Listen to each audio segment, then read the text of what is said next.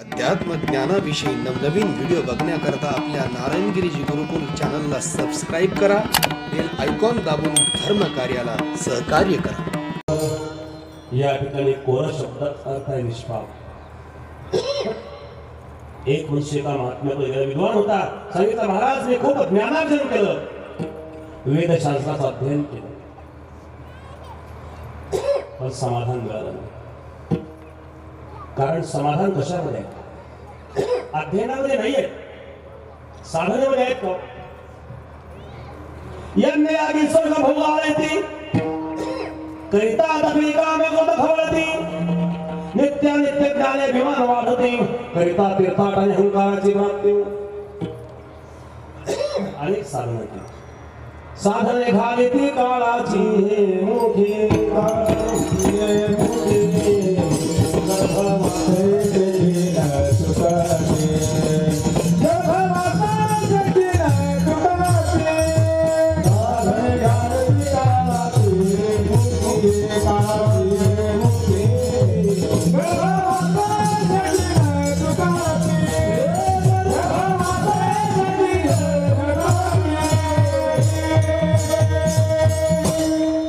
साधने घालिती काळाची मुखी, गर्भवास शिखी न चुकती, नाना साधनांच्या केल्या खडपटा, परित्या नपवती याच्या दारवंठा, जाणू दाता जाणीव घाली आडफाटा, योगाभ्यासे सिद्धी उदिता देवाटा। अनेक साधने केली, काय मिळालं?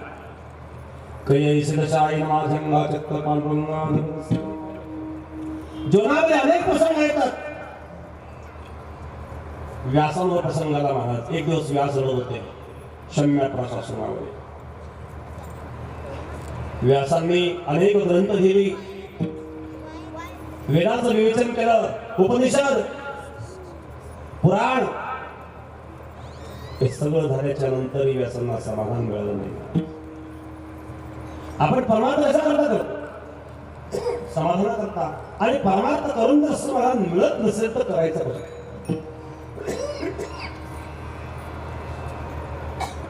व्यास उद्विग्न झाले आणि व्यास रडत बसले। कोणी मला मार्ग सांगेल का? व्यासासारख्याची अवस्था आहे। जीवनामध्ये कधी कधी मनुष्य उद्विग्न होतो आणि कोणाची तरी मार्गदर्शनाची इच्छा त्याला प्राप्त होत असते, कोणाच तरी मार्गदर्शन मिळावं। माली ज्ञानेश्वर महाराजांवर सुद्धा प्रसंग आला। ज्ञानेश्वर महाराज जेव्हा ताटी बंद करून बसले, मुक्ताबाईंनी ज्ञानेश्वर महाराजांना समजावून सांगितले, दादा योगी कोणाला म्हणतात? जो दुसऱ्याचा अपराध सहन करतो तोच योगी। योगी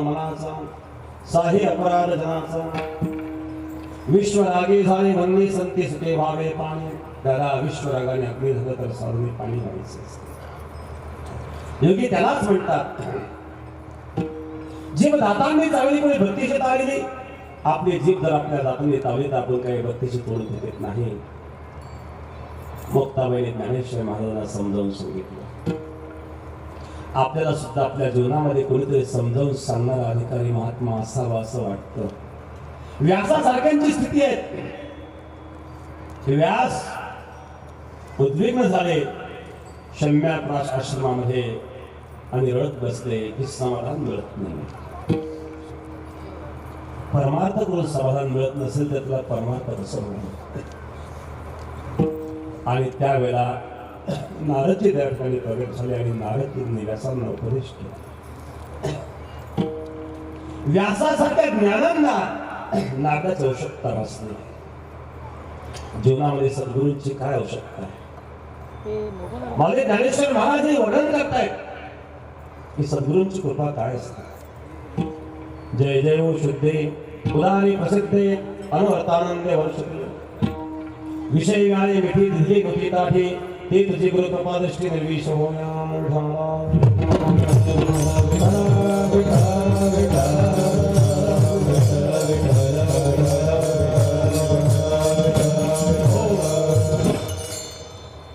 हा एक शब्द शक्तिपात कानामध्ये मंत्र सांगणार शब्द शक्तिपात मौली ज्ञानेश्वर महाराज ज्ञानेश्वर ग्रंथात वर्णन करतात क्षीरसिंधू प्रसरी शक्तीच्या पूर्ण कोहरी नेणे काही त्रिपुरारी सांगितलं नेणो काही त्रिपुरारी सांगितलं जे काय सांगितलं मला माहिती नाही पण शक्तीचा कानात सांगितलं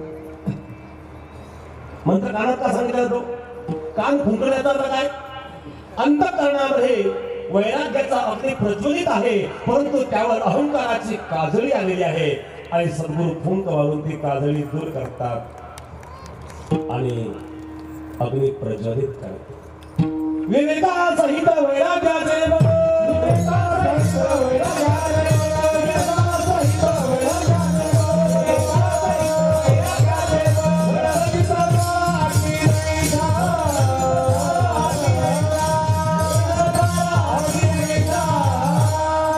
विवेकयुक्त वैराग्य धगधगीत ज्वाळा अग्निदेशा अग्नीच्या ज्वाळाप्रमाणे प्रज्वलित वैराग्य असतं पण झाकलंय सद्गुरूंनी फुंक मारली आणि काजळी निघून गेली शिल्लक आहे शुद्ध चैतन्य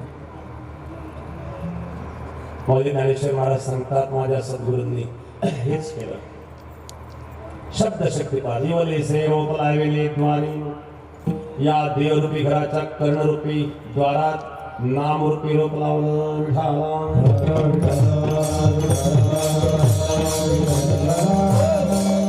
कोणत्या द्वारामध्ये द्वार हा जो शब्द आहे बघा मौली ज्ञानेश्वर महाराजांनी हरिपाठामध्ये द्वार शब्द वापरला देवाचे द्वारी उभाक्षण भरी फेणे मुक्तीचारी साधलेल्या द्वार इथं द्वार शब्दाचा आहे तर प्राप्ती साधन द्वार म्हणजे प्राप्ती साधन मौली ज्ञानेश्वर महाराज जे ज्ञानाचा कोटा ते सेवा हा दारवण ठार आणि म्हणून प्राप्तीचं साधन असणारं द्वार आहेत हे श्रवणेंद्रिय आहेत हे कान आहेत यात गुरु मंत्र सांगतो या मंत्राचा काय प्रभाव होतो हा जो मंत्र आहे मनन करणाऱ्याला तारणारा असतो दुसरा आहे स्पर्श शक्तिपात सद्गुरु स्पर्श करतात मस्तकी तो जाना ठेवला स्पर्शाचं काय सामर्थ्य स्पर्शामध्ये शक्ती आहे रामायणामध्ये उदाहरण आहे ज्या वेळेला रामाचा राज्याभिषेक ठरला आणि कौशल्याची अगर कौशल्या माते रामाचा उद्या राज्याभिषेक होणार आहे ही बातमी मिळाल्याबरोबर माता कौशल्याने आपल्या गळ्यातला नवरत्न हार दासीला अर्पण केला हे दृश्य जेव्हा मंत्र्यांनी पाहिलं आणि मंत्रेला क्रोध निर्माण झाला असाच निरोप घेऊन जरी मी गेले असते कैकेयीकडे भरताचा तर मला याचा हार मिळाला असता त्याचा परिणाम असा झाला ती मंत्रा कैकेयीकडे गेली आणि कैकेयीला बिघडवण्याचा प्रयत्न केला प्रथम म्हणताना मंत्र्याने कैकेयीला जेव्हा समजावून सांगितलं, आलं कैकेयी तुला माहिती नाही का रामाचा उद्या राज्याभिषेक होणार आहे. कैकेयी म्हणजे हो आनंद आहे, राम ज्येष्ठ पुत्र आहेत, व्हायलाच पाहिजे. अगं कैकेयी तुला कळणार नाही, हे पुरुष फार खोटारडे असतात. काही लोकांना ठिणगी टाकायचं चांगलं माहिती असतं बरं, काहींचा आडनाव चांगला असतं.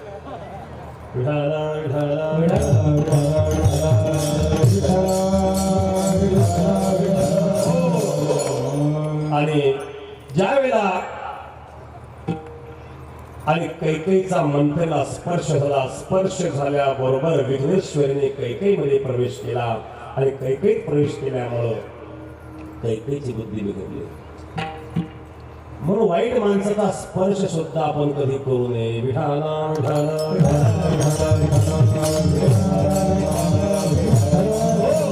अनेक पुराणामध्ये उदाहरणं आहेत. राजा परीक्षिती जरासंधाचा मुकुट घालून शिकारी करता गेला असताना साधूच्या गळ्यामध्ये साप घालण्याची बुद्धी झाली. हे कशामुळं? त्याला स्पर्श शक्तिपात म्हणतात.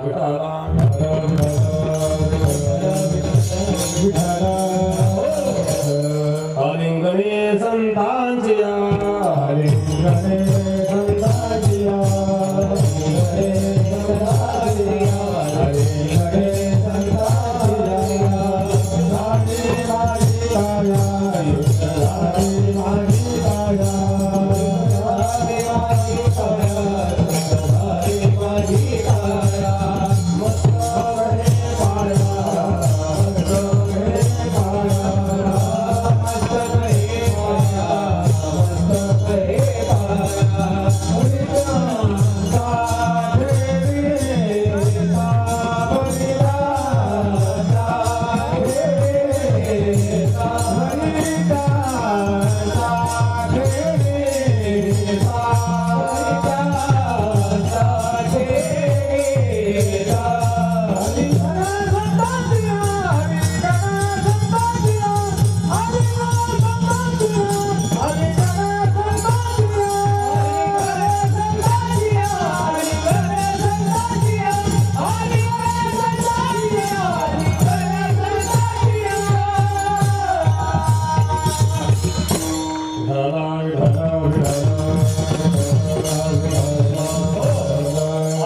संतांच्या दिव्य झाली माझी काया, मस्तक हे पायावरी त्यांच्या ठेविला. दिव्य झाली माझी काया, स्पर्श, याला स्पर्श शक्तिपात म्हणतात. स्पर्शाद्वारे शक्तीचा संचार होतो. नारी गुरुशंकराला लागून शिष्य परंपरा स्वतः ठेवा. हजार कसं कोरड पडल्यामुळं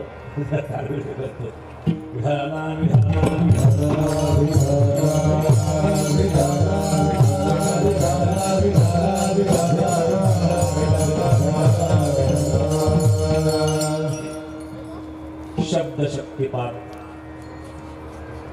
दुसरा स्पर्श शक्तिपात, तिसरा आहे दृष्टी शक्तिपात. संत महापुरुषांच्या दृष्टीमध्ये अमृत आहे. काहींची दृष्टी बघा ना, स्वयंपाक जर चालू असेल आणि जर का कमी डोकवून पाहिलं तर किती जाळ लावा, डाळ शिजायचीच नाही. एखाद्या वाईट माणसाच्या दृष्टीचा जरा प्रभाव असेल तर संतांच्या दृष्टीत अमृत आहे.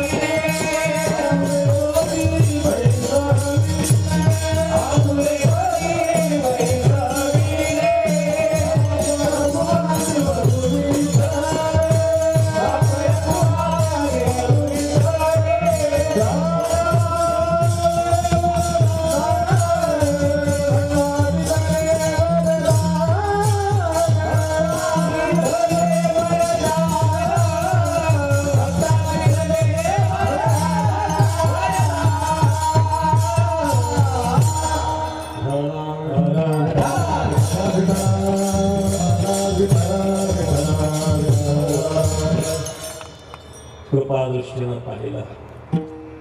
मी प्रसंग सांगत होतो व्यासजी जेव्हा उद्विग्न झालेले होते, एवढं करूनही का समाधान नाही? परमार्थाचा पण समाधान आहे आणि समाधान मिळत नाहीये, याला कारण काय असलं पाहिजे? त्यावेळेला नारदांनी व्यासांना पूर्वजन्मीची कथा सांगितली. व्यासजी, मी मागच्या जन्मामध्ये एक दासी पुत्र होतो आणि माझी माता ज्या ब्राह्मणाच्या घरी सेवा करीत असे त्या ठिकाणी काही सत्संगाकरता काही संत महापुरुष आले चातुर्मासा करता, आणि या चातुर्मासामध्ये मला त्यांचा सत्संग लाभला आणि त्यांची माझ्यावर कृपा झाली. मी लहान होतो, 8 वर्षाचा होतो, आणि ज्यावेळेला सत्संग पूर्ण झाला, चातुर्मास संपल्यानंतर ते संत जायला निघाले, तेव्हा मी सांगितलं की महाराज मला घेऊन चला. माझी आई रडायला लागली. आईला मी एकुलता एक होतो. आईने सांगितलं महाराज माझ्या बाळाला नेऊ नका. मी होतो महाराज मला घेऊन चला. तेव्हा त्या महापुरुषांनी माझ्या मस्तकावर हात ठेवला, कृपादृष्टीने मला अवलोकन केलं आणि सांगितलं बाळ, आईला सोडून जाऊ नकोस. जर कदाचित आईला दुःख देऊन तू गेलास तर आईला दिलेलं दुःख तुझ्या साधनेत बाधक ठरेल. साधना कोणाला दुःख देण्याकरता नसते. एकदा ऋषिकेशला एक राजस्थानचे महात्मा होते आणि आलेत आमच्या रूम मध्ये, कैलास आश्रममध्ये, आणि मी त्यांना संध्याकाळी दूध घेऊन आलो. आरती संपल्यानंतर त्यांच्याकरता एक दुधाचा पेला, माझ्याकरता एक दुधाचा पेला. विजय महाराज त्यांनी काही दूध घेतलं नाही. त्यांना विचार दूध का घेत नहीं? आपण मैं दूध नहीं लेता हूँ. भाई देसी गौ का दूध नहीं लेने के लिए क्या परेशानी है? बोले मैं दूध इसलिए नहीं लेता कि जब हम बछड़ों को खींच लेते हैं और वो दूध पीते हैं, बछड़ों को हम दुख दिया है तो ये दूध हमें साधना में बाधक हो सकता है.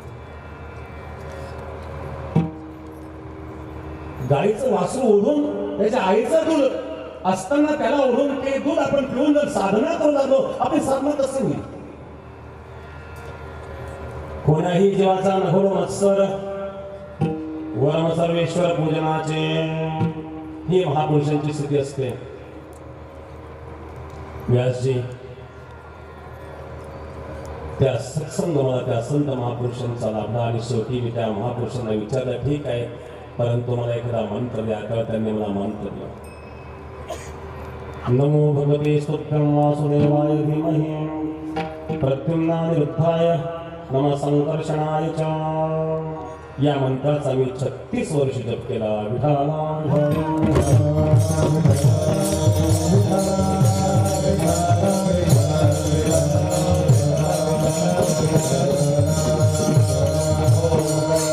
सद्गुरु अशी कृपा करतात, ज्ञान रूपी अंजन डोळ्यामध्ये गुरुगानी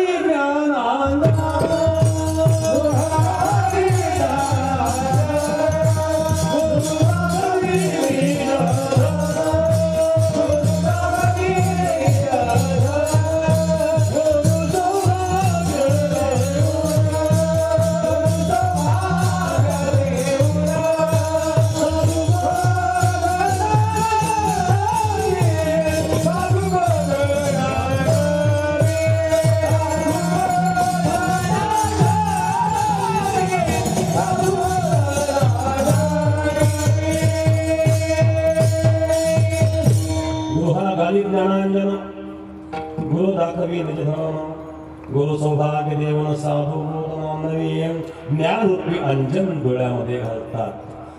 म्हणून त्या मंत्राचा जप केल्यानंतर आणि ज्ञान दृष्टी आपल्याला प्राप्त होत असते.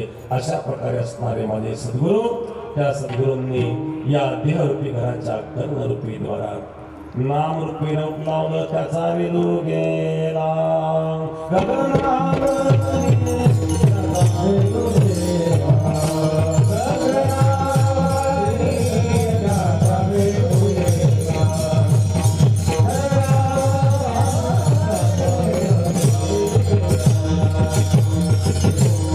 Kumar